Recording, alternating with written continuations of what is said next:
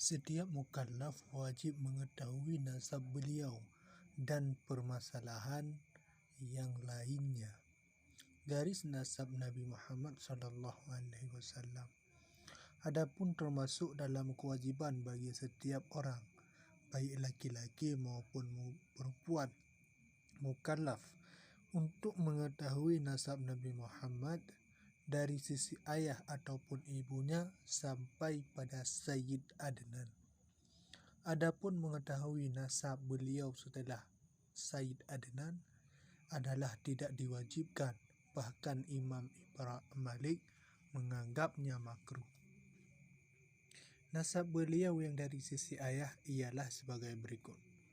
Muhammad, putra laki-laki dari Abdullah bin Abdul Muttalib. Beliau pernah berkata di dalam syairnya yang berbentuk bahar tawil, generasi yang muncul di setiap kota menetapkan kami memiliki keutamaan sebagai pemimpin dunia. Ayah kami orang yang mulia, lagi pemimpin menjadi panutan sekalian penduduk dunia. Abdullah adalah putra dari Abdul Muttalib, namanya Amir atau Syaibatul Hamdi.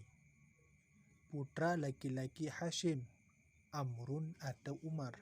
Putra laki-laki Abdul Manaf, Al-Mughirah.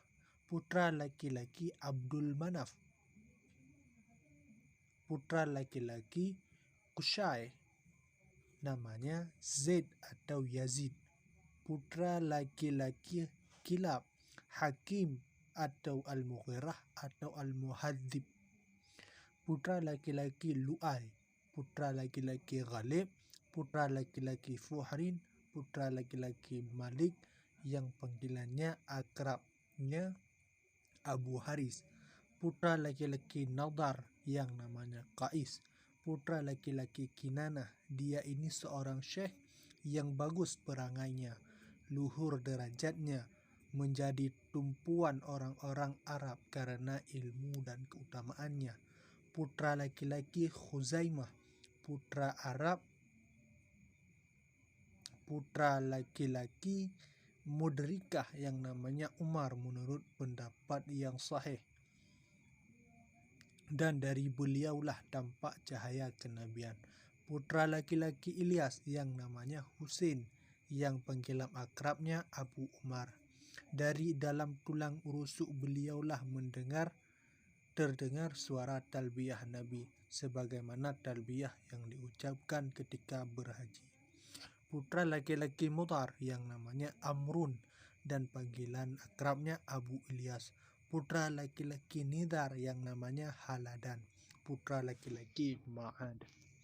Ketika Allah memberi kekuasaan kepada Raja Bukhtanasar hingga ia dapat menguasai Jazirah Arab, kemudian Allah menyuruh Nabi Armia agar menaikkannya Ma'ad di atas burak, kendaraan dari surga, agar tidak tertimpa musibah, penderitaan, dan penyiksaan dari kekejaman Raja Bukhtanasar.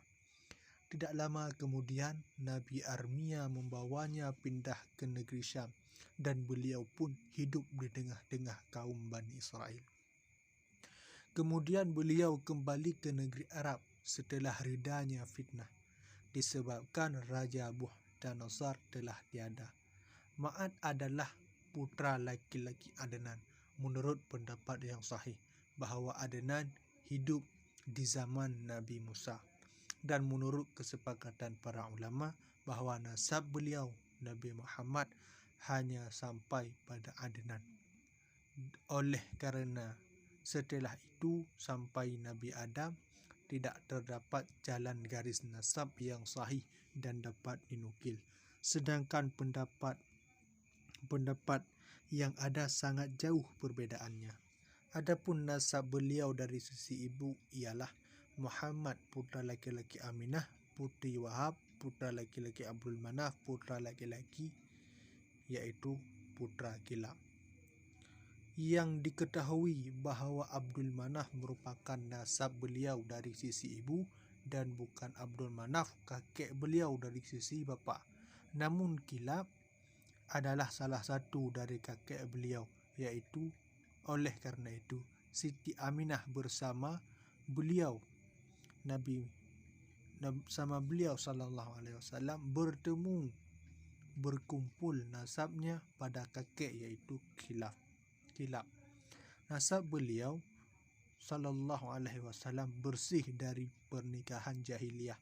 Beliau tiada terlahirkan kecuali dengan nikah, seperti halnya nikah Islam mulai zaman Nabi Adam hingga bapak ibu beliau melahirkannya. Dalam hal ini, sebagaimana ulama mengambil dalil dari sabda Nabi, lam azal unqalu min aslabit tahirina ila arhamit tahiran. Aku senantiasa dipindahkan dari tulang rusuk laki-laki yang suci ke dalam rahim wanita yang suci pula. Garis nasab Nabi Muhammad, baik dari jalur ayah maupun ibunya, sampai pada batas yang telah ditentukan di atas adalah suci, terbebas dari segala sifat buruk.